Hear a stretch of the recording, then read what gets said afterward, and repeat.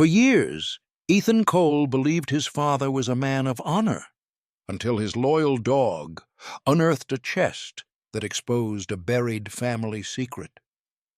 The proud and respected Frank Cole had hidden a terrible truth beneath the floor of his own garage, a silence that stole decades of peace. But when Ethan chose truth over legacy and called the police, he broke the chain of lies that bound their name. Just wait until you hear how this veteran's courage unearthed not only his uncle's remains, but the long-overdue justice his family never saw coming. The morning began quietly, the way most mornings did in Willow Creek, a small town that moved at the pace of its own heartbeat. Ethan Cole liked it that way.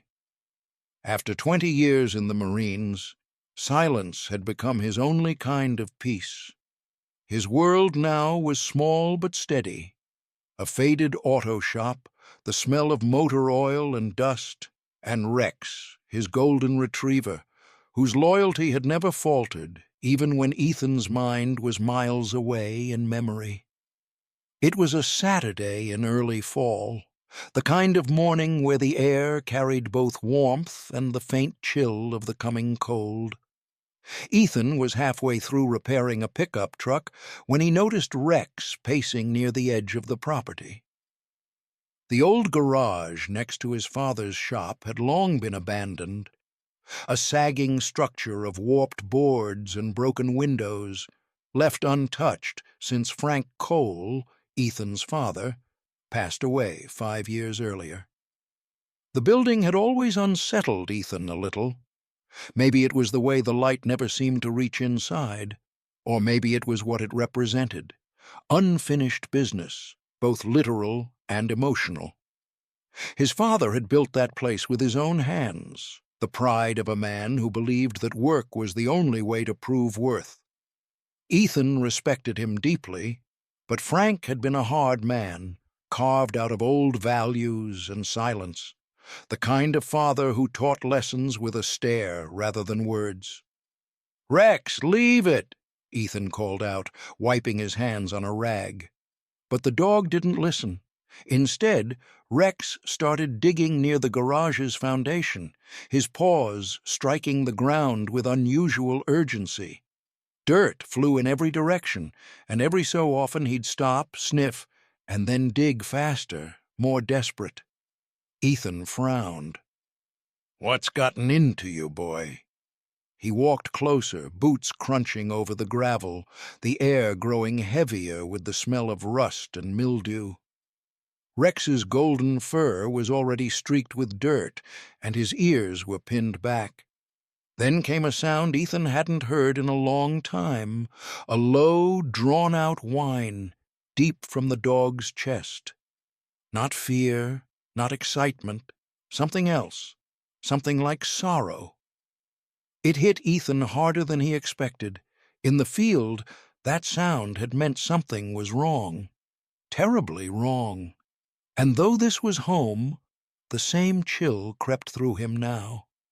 He crouched down beside Rex, brushing away loose soil. The ground here was uneven, parts of it slightly raised, as if something had been buried long ago. He reached out, felt around, and his fingers brushed against wood. Curiosity stirred. He fetched his crowbar from the truck, pried at the old boards that sealed off the garage's side wall. Each nail groaned as it gave way, releasing a breath of stale, heavy air. It smelled of oil, damp earth, and something old, like time itself had been sealed in there. Ethan hesitated at the threshold. His flashlight beam cut through the dimness, bouncing off metal shelves, piles of forgotten tools, and shadows that clung to every corner. The floor was littered with leaves and bits of insulation, and there, just beyond the workbench, something caught his eye. The faint outline of a tarp, half buried under a layer of dust. Rex barked once, sharp and insistent, his tail low, but his gaze fixed on that spot. Ethan's pulse quickened. He stepped closer, kneeling as he brushed away the dust. Beneath the top was a small wooden chest, about the size of a toolbox, sealed with two rusted latches. The wood was worn but intact, the corners darkened with age. He ran his hand along its surface. His father's initials, F.C., were faintly carved into the lid. That made him stop. His father had never been one for sentimentality.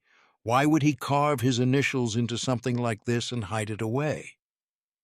For a moment, Ethan thought about leaving it alone. Maybe it was just an old box of tools or paperwork, but something in him, maybe that same instinct that had once kept him alive overseas, told him this wasn't ordinary. He looked at Rex, who stood perfectly still now, as if waiting for what came next. With a careful breath, Ethan lifted the chest. It was heavier than it looked, and when he tilted it slightly, he heard a faint rattle from inside. The sound echoed in the hollow garage, strange and almost out of place in the stillness. Ethan set it down, his palms rough against the cool wood. A feeling stirred in his chest, not fear exactly, but unease. It was the kind of moment where the world seemed to pause just before something changes forever. For a man who'd faced uncertainty on battlefields, Ethan thought he had seen everything there was to see. But as Rex sat beside him, eyes fixed on the sealed chest, Ethan realized he was wrong. Something about this, about the way the dog had found it, the way the air seemed to thicken, told him this wasn't just an old box. It was the beginning of something he was never meant to find. The wooden chest sat on Ethan's workbench like something alive, as if it had waited all these years for this moment. For him. The late afternoon light filtered through the dusty windows, slicing the air into beams that illuminated floating motes. Outside, Rex paced near the doorway, restless, while Ethan stood frozen, staring at the box that carried his father's initials. He hesitated before unfastening the rusted latches. The metal creaked, reluctant to yield after decades of silence. When the lid finally opened, a faint smell of aged paper and iron drifted out, a scent that spoke of time, of secrets sealed too long. Inside, neatly arranged, were photographs, bundled letters, and a small revolver wrapped in a white handkerchief. The sight struck Ethan with quiet unease. His father had been many things, stern, proud, methodical, but secretive was not one of them. At least, that's what Ethan had believed. He picked up the first photograph from the pile. It was faded, the edges curled, but the image was clear enough. His father, Frank Cole, younger and smiling, stood beside a woman Ethan didn't recognize. Her smile was warm, her hair curled in the style of the 1970s, and in her arms she held a baby, a child with a tuft of dark hair and round cheeks. Frank's arm rested protectively around her shoulders, his face relaxed in a way Ethan had never seen before. Ethan frowned. His mother, Elaine, had been alive at that time. He was sure of it. Yet this woman was not her. The realization sent a small jolt through him. Beneath the photograph was a bundle of envelopes tied with twine. Some were addressed, some weren't. He thumbed through them slowly, careful not to tear the fragile paper. Then he noticed one lying flat on top of the stack, slightly yellowed, its edges worn smooth. Written across it, in his father's unmistakable handwriting, were the words, "To Mary, if something happens." Ethan's breath caught. He didn't know any Mary. His father had never mentioned anyone by that name. For a long moment, he simply stared at the letter, the name echoing in his head like a riddle he couldn't place. Then, with deliberate care, he slid a finger under the flap and pulled out a single folded sheet. The ink had faded, but the words were still clear enough to read. "Mary, I'm sorry for what happened to David. I never meant for it to go that far." Ethan froze. He read it again, slower this time, as if repetition could make the words change their meaning. But they didn't. David. The name landed like a weight in his chest. David Cole, his father's younger brother. Ethan had only heard fragments about him, whispered mentions during holidays, quiet changes of subject when he'd asked questions as a boy. The family story had always been simple. David had left town after a bitter argument with Frank over money and never came back. Over the years, everyone had accepted it, buried it under time. But this letter, the way it was worded, felt wrong. "I never meant for it to go that far." What could that mean? Ethan's throat tightened as he lowered himself onto the stool beside the bench. The shop was silent except for the soft hum of a ceiling fan turning lazily above. He turned the letter over, hoping for more, but the page was blank on the back. He looked again at the revolver lying in the chest, its barrel dull from age.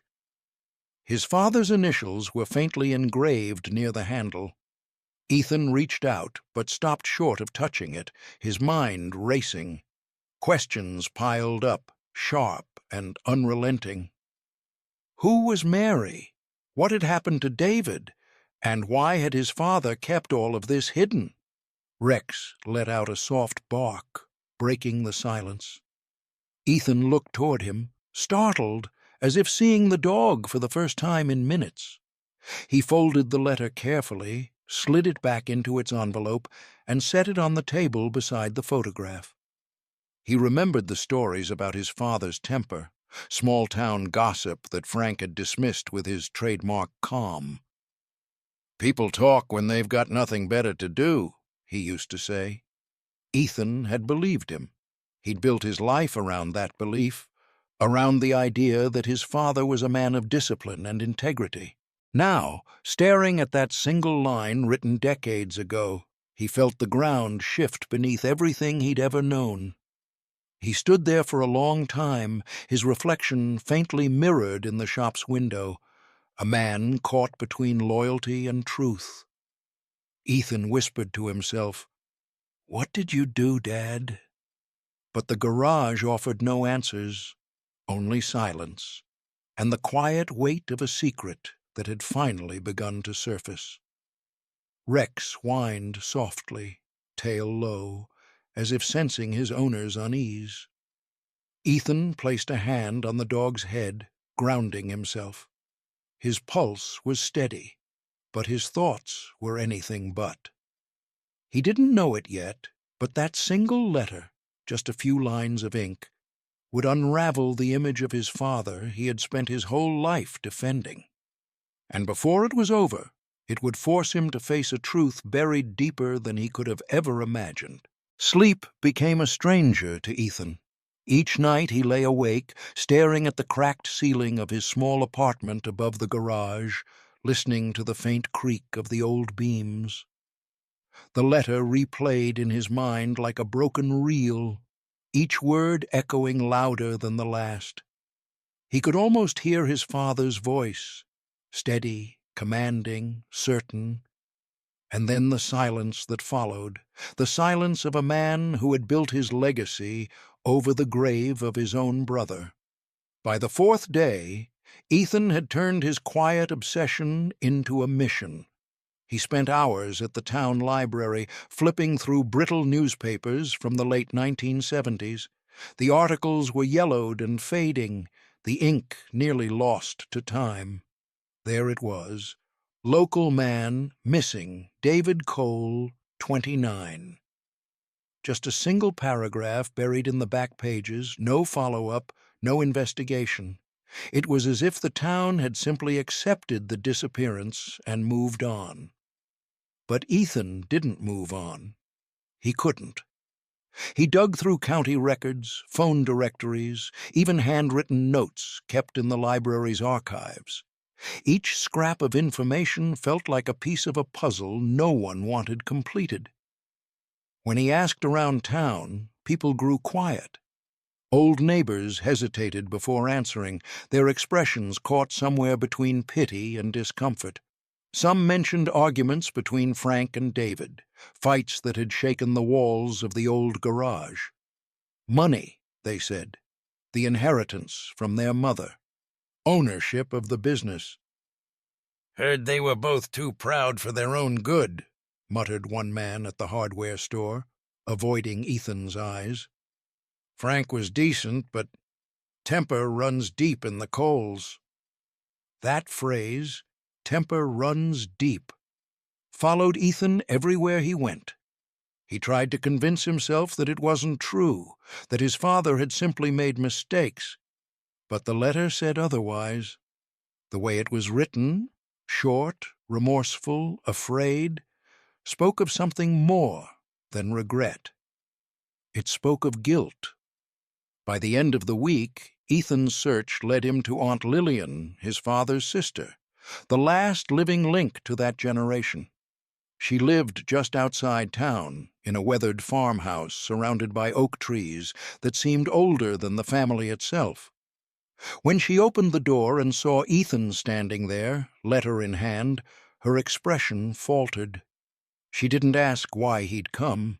She already knew. They sat at her kitchen table, the ticking clock the only sound between them. Ethan slid the letter across the table.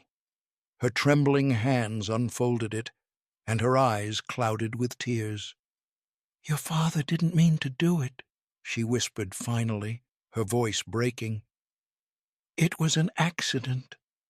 They argued, like they always did. David fell. He wasn't moving. Frank panicked. He didn't know what to do. Ethan stared at her, the words hitting him one by one, each heavier than the last. "You're saying he—" She nodded, tears streaking down her wrinkled cheeks. "He buried him, right under the shop floor. He made me promise to stay silent, said it would destroy everything if the truth came out." For a moment, the world tilted. Ethan's breath caught in his throat.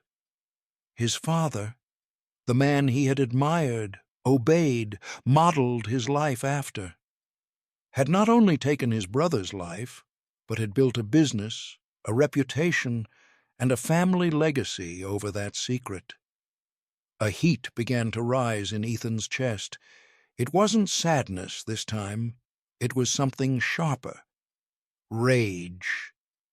He gripped the edge of the table until his knuckles turned white. He lied to everyone. To Mom, to me, my whole life. His voice trailed off, strangled by fury. Lillian flinched, whispering, "He carried that guilt till the end, Ethan. He wanted to tell you, but he didn't." Ethan's voice was low, controlled, dangerous. "He let me spend my whole life trying to be like him." He stood up, pacing the small kitchen, his boots thudding against the worn wooden floor. His reflection in the window looked like someone else, someone hardened by betrayal. The words honor, loyalty, integrity, the values his father had drilled into him, felt like ash now.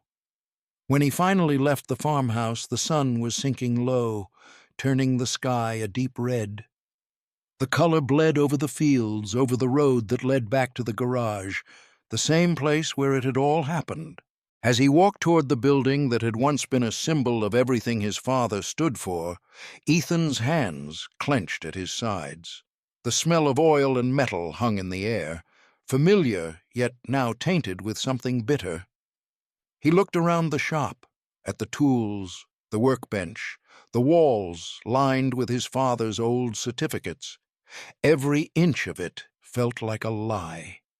He wanted to tear his father's name from every wrench, every plaque, every memory, to strip away the illusion of a man he had worshipped and expose what really lay beneath, the truth buried under oil, sweat, and guilt.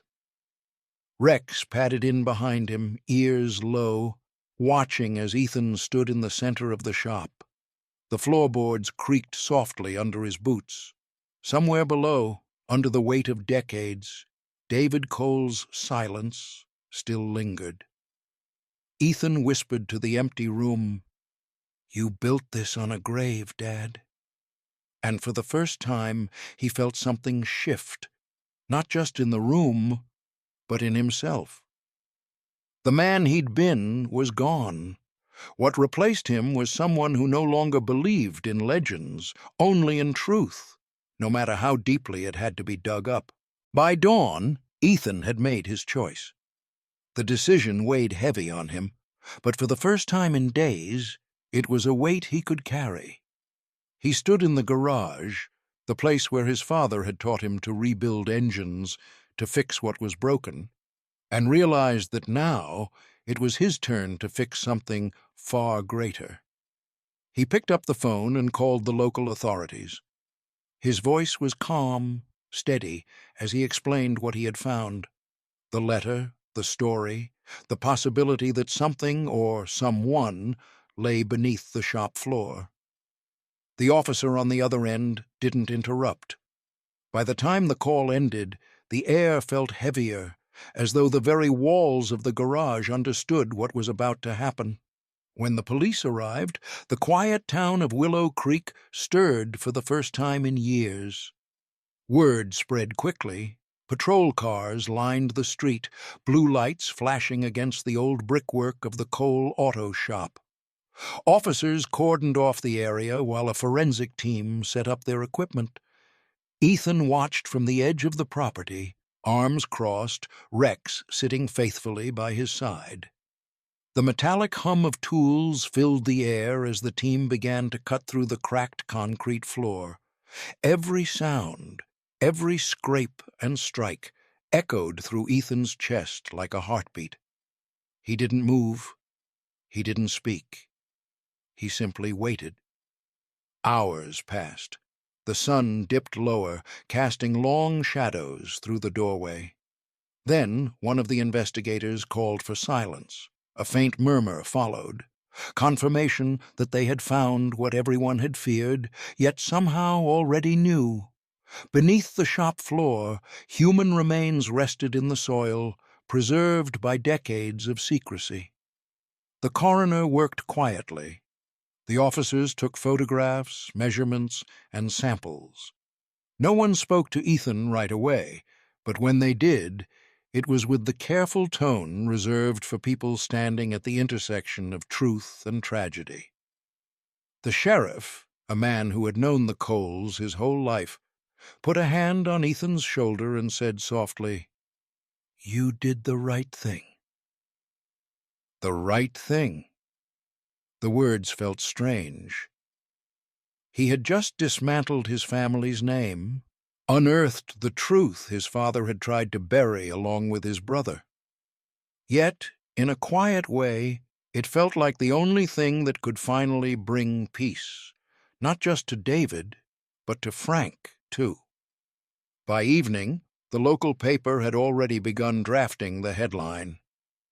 "Veteran uncovers decades-old murder in family garage." Ethan didn't read it. He didn't need to. The world would see the Cole family differently now, not as proud mechanics who served their town with honesty, but as a family marked by one man's mistake. Still, Ethan knew this wasn't about reputation anymore.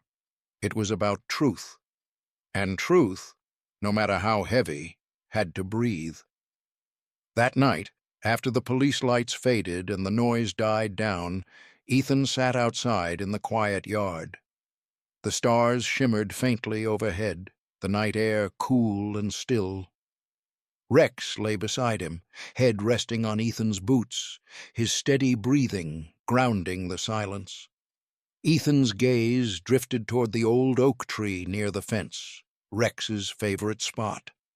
The place where the dog often dug for no reason, as if chasing the scent of something unseen. In his hands, Ethan held the small wooden chest, the one Rex had uncovered, the one that had started it all. Inside it still lay the photographs, the letters, the revolver wrapped in its faded cloth. They were no longer evidence. The police had taken what they needed. This was what remained, fragments of the man Ethan had once called his hero. He stood and carried the chest to the base of the oak. There, with quiet resolve, he dug a shallow hole and lowered it gently into the earth. He covered it with soil, patting it down until it blended into the rest of the yard. It wasn't a burial for guilt or for proof. It was a burial for peace. As he finished, Ethan sat back on his heels, brushing the dirt from his palms. Rex nosed at his arm, tail flicking softly. Ethan smiled faintly and whispered, "We all fight wars, don't we, buddy? Some just never end." Rex leaned against him, warm and solid, a silent answer. For the first time in years, Ethan didn't feel haunted. He didn't feel the familiar pull of nightmares or the echo of his father's voice demanding perfection. He felt something else, something lighter, like air after a long storm. The truth had taken everything he thought he knew and stripped it bare, but in doing so, it had given him something his father had never found: peace born from honesty. When he finally went inside, the house was quiet. He turned off the lights, lay down, and closed his eyes. Outside, the oak swayed gently in the wind, and for the first time since returning from war, and perhaps for the first time in his life, Ethan Cole slept without dreams,